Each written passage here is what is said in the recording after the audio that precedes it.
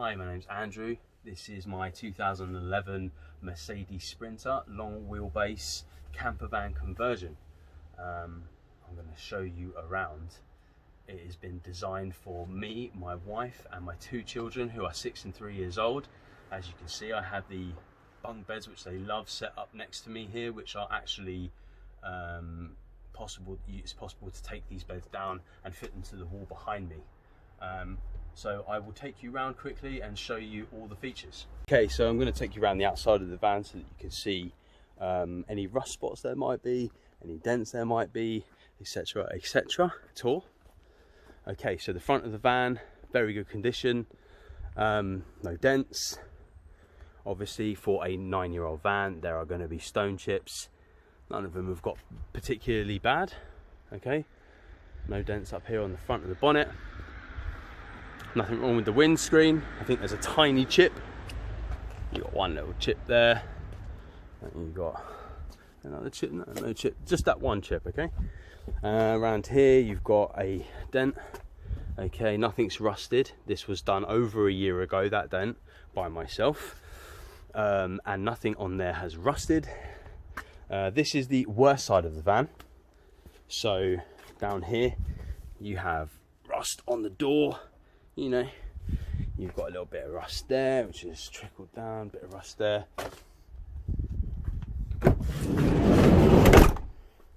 Door works great. Okay. I've been quoted £1,500 to have all the rust spots on the van buffed, sanded down, primed and resprayed. A couple of little bits there, not got bad. You know, a little bit of rust there. Take you around to the back of the van. Unfortunately, the back barn doors currently do not open. I've been told it is a mechanical issue with the latch, because this is busted, and it's an easy fix. It's just a new latching system. They need to open it up. I didn't want to spend money there because we don't really use these back doors. So let me turn this around again. Okay, so that's the damage there. This is probably the worst spot on the van, to be honest. This and the bottom of the sliding door are probably the worst areas of the van. Yeah. All brand new windows fitted. I'm going to take you around to the other side of the van quickly. This is the better side of the van. Yeah. There are no particular dents or any rust spots on this side. Yeah. Very clean this side. This is a nice side. Alright. Nice side of the van. Obviously there's a 240 for campsite hook up there. Okay, that's probably the only rust spot on this side of the van, and it's actually still not even that bad. The magnet hook broke that off, but done a good job of sticking that back on, so you ain't really got to worry about that. It's not rusted or anything. It works still, so it's all good. Okay, if you'd like to see more of the outside of the van, what more can I show you? Yeah, the top is sound as well. Can I show you the top? No, I can't show you the top right now, okay? Actually, let's go around here. Alright, quickly this round, see if I can show you the top of the van. There you go. Alright, there's the top of the van. So, if you want to know any more about the outside of the van, hit me up. To start with, we've got Ford Transit Custom 3-seater. Fully removable, foldable set, which was installed by a very reputable vintage car restoration company here in Dorset, Poole. I'll put a link to their company in the description below. So it's been done professionally, very professionally. It was the one thing I didn't want to take a chance on. So my kids sit in these seats, I wanted it to be safe, so I got professional to do it. There is three. There's a single seat, very conveniently, which can come out as well. All three of them come out. This is a twin. These two come out together. Both these seats are ISOFIX, so we fit the ISO. We keep these two with the ISOFIX for my kids' seats, and the third one we just leave out. And then if we have like a friend or something, pre-lockdown, a friend would sit in that third seat there. Both these seats they fold down. Okay. Both these seats they come up. Yeah. And the two seats can come out completely, which gives you this whole area here. You can swing a cat. Yeah. You can move a sofa, or you know, help move a friend, or you know, move a friend house or something like that.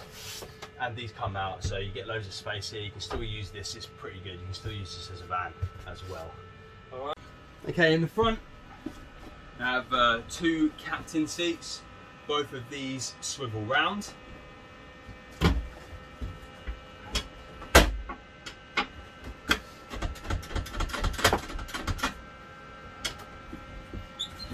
These seats turn around, so you've got an additional seating area. Kids in the seats here, you guys seating here.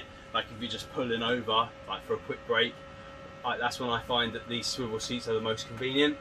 Like we just do a quick pull over, grab a Mackie D's, or like get an ice cream or something, and just spin. These guys don't have to get them out of their seats. They can stay in their seats, and we can just sit here. Sorry, the noise is the. I may as well talk about it now. The noise is the Urbaspatcher heater. I'm doing this now. It's 3 o'clock in the afternoon. It's freezing. It's like 5 degrees or something like that. So I've put the heater on, and also now you can see that it works. I'm going to turn that off now. It's noisy to start with, but once it gets up to temperature, because it's gone from 5 degrees when I put it on, it's now 7 degrees in here. It can go up to like preset. It's like 35 degrees or something like that. It's really good. It's proper toasty. It's on a thermostat. It comes on and off during the night. It is fuel lined straight into the diesel fuel tank of the van. So that's great. The heater's awesome, works great. I'm going to turn that off though because it's super noisy. Driver's seat, same, swivels round, same business, yeah? Okay, here I've got the sink and gas hob unit. It's brand new Dometic. Never cooked any food on it. I probably only installed this maybe 2 months ago. You've got a twin burner here, and you've got water here. Maybe washed up a dozen plates in here and cooked boiled 2 cups of tea on here. It's, you know, not used it any more than that. Wicked piece of kit. It's Dometic, very expensive. Underneath we have underneath we've got the water pump, the propane tank for the burners, and fresh water and grey water for the sink. I went with this size because suit way more manageable. Yeah, you might have to change them every couple of days or whatever, unless you're very sparing with the water. We tend to just change it if we're on a campsite. We'll change them every day, empty the grey water tank every day. But being this size, you know, I can get my 6-year-old kid to go and fill up one of these. You know, get them involved with the van. And my wife is quite happy to do it as well. If it was some big tank, you had to roll across the floor and all that business, they wouldn't be happy to do it. It'd be me all the time that had to do it. Here's my quick demonstration on how to set up the bunk beds. So these chairs, they just fold down. Very simple. There is a ratchet strap that holds the beds firm to the wall. They don't go anywhere, they don't move, you know, they're very solid. All fixed to anchor points to the frame of the van. Just loosen off that first strap. Okay, take the first bed down. I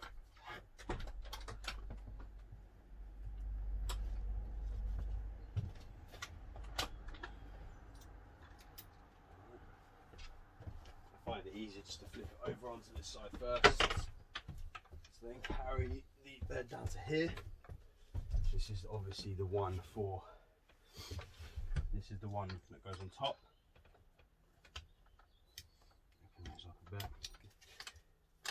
open up the straps first, and then it makes it a bit easier for hooking it up. Alright.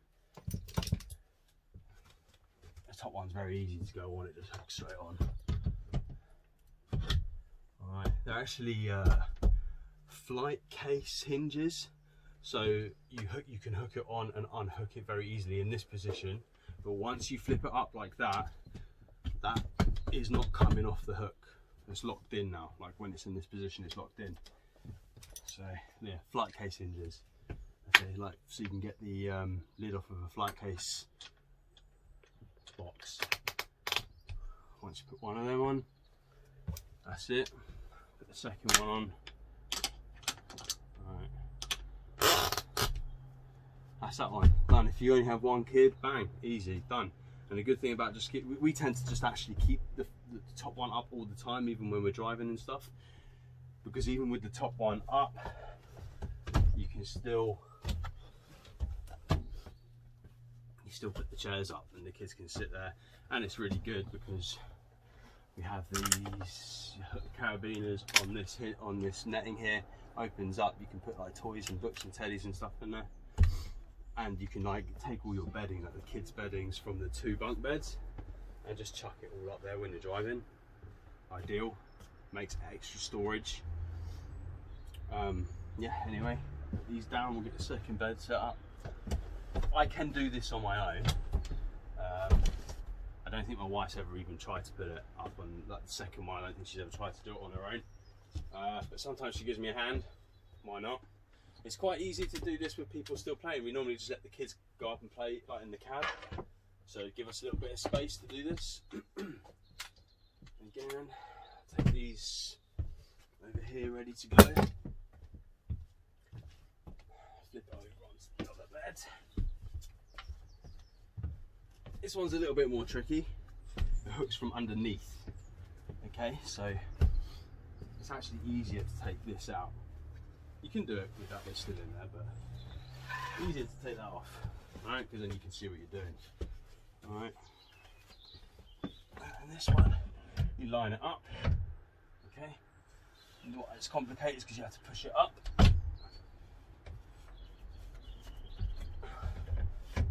Okay, once that's done, again, it's not going anywhere. Take your carabiner. Ratchet strap even. In fact, this one quite handy. It just sits there like that. Goes on there.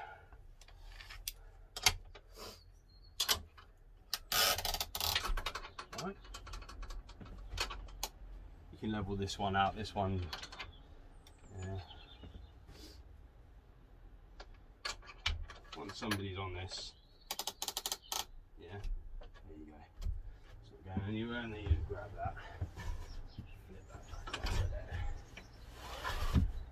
I mean, I don't know how long I was chatting away through that. To take me 4.5 minutes. Yeah, I'm chatting away, explaining how to do it at the same time. I also haven't done it in a while. I haven't been away in the van and slept in it for probably a couple of months. So there you go. And I mean, I've woken up in the night, and my 3-year-old has like sort of rolled out of bed, and she's like lying in here like a hammock. These are fixed I mean, it takes a lot of weight in there, or you know, so that's great. That's the way it works. All right.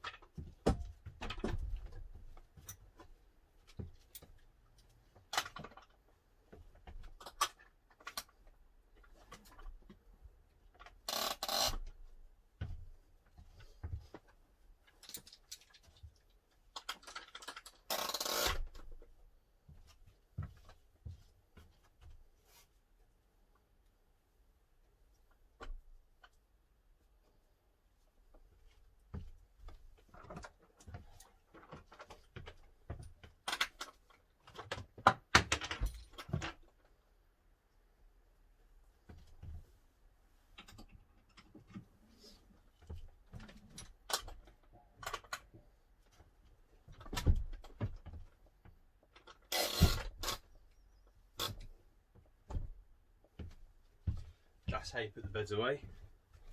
Okay, as you can see, they're going nowhere now. Yeah. Okay, so getting onto storage and seating in the van, the mattresses, yeah, they are 4-inch hard foam and a when I say hard, it's not hard, it's very comfortable. 4-inch firm foam and a 2-inch memory foam. So these things are super comfortable. It was upholstered professionally by a company around the corner. They're great. Okay. These obviously are for the bed as well, but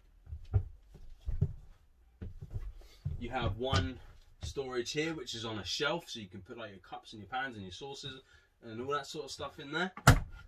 You can, down here on this side, there's a long drop storage, so it's very good for your duvets, your cushions and stuff like that. When the bed is set up, you can drag all that out of there. Obviously as well, there is storage underneath. In this cabinet here is all the electrical, and this cabinet here is free for you know, you can get some camp chairs and stuff in there really easily and nicely. You might be thinking why there's this cut out down here, like you can't see it, but I've created a toe kicker, so like your toes go underneath the bench. Okay, that was just a little design I did.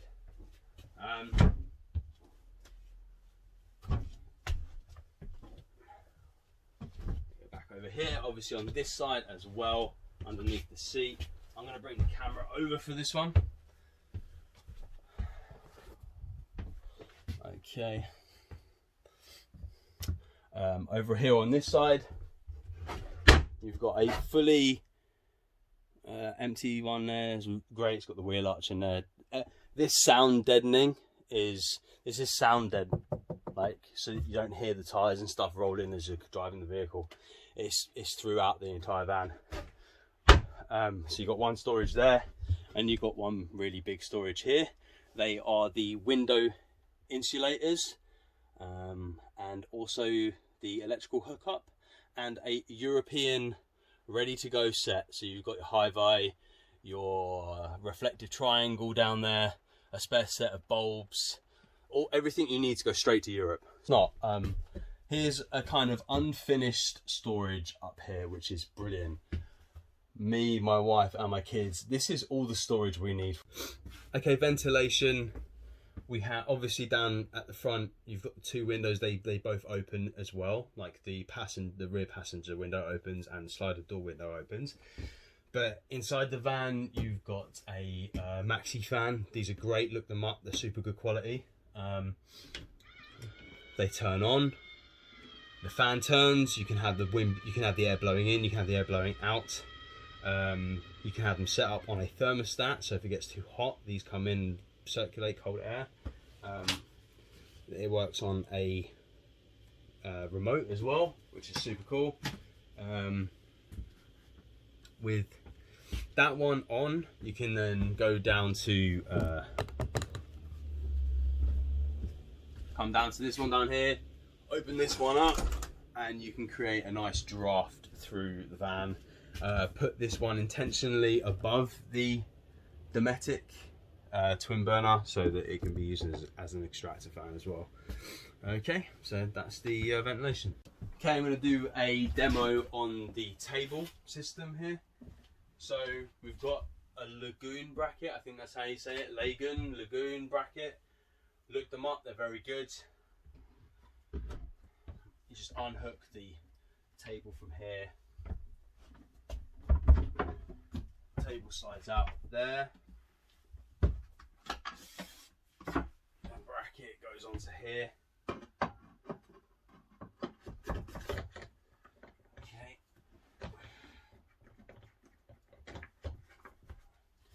That goes onto there. This flips round. Hooks onto there, and you can fix it. There's two handles under here, I think you can just about see. You tighten that one, tighten the one over there. Table's solid, not going anywhere. Good size for 4. Yeah. You loosen off this handle here, loosen off this handle here, and the tail spins around. Okay, I'm going to run through the electrical. So over here by the door, the sliding door, this is where you can turn the lights on and off from. Okay, as you can see, that switch does the back, that switch does the front. So if like you're sitting in the back and you want the lights on, you can sit here in the back and the kids can be down this end on the bunk beds with the lights off. So you can turn them on and off from there, and then obviously get the back doors working so you can come in and out of there as well. There is also, or just laying in bed, to be honest, like you lay in bed, you can turn the lights off. All right, there's USB sockets this side, and there are USB sockets behind the bed on this side.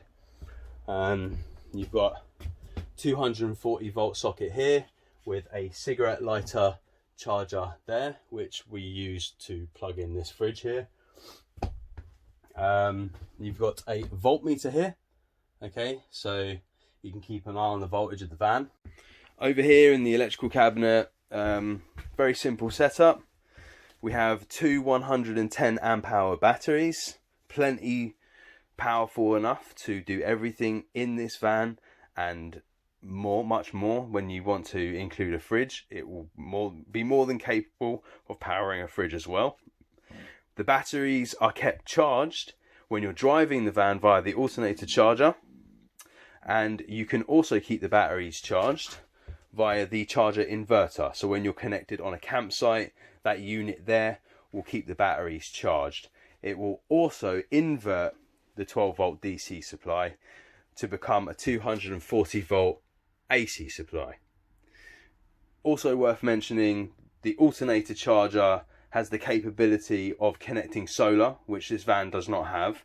Up to 300 watts of solar can be connected directly to the alternator charger to keep the batteries charged as well. Lots of ways these batteries can be charged, lots of ways these batteries can be used.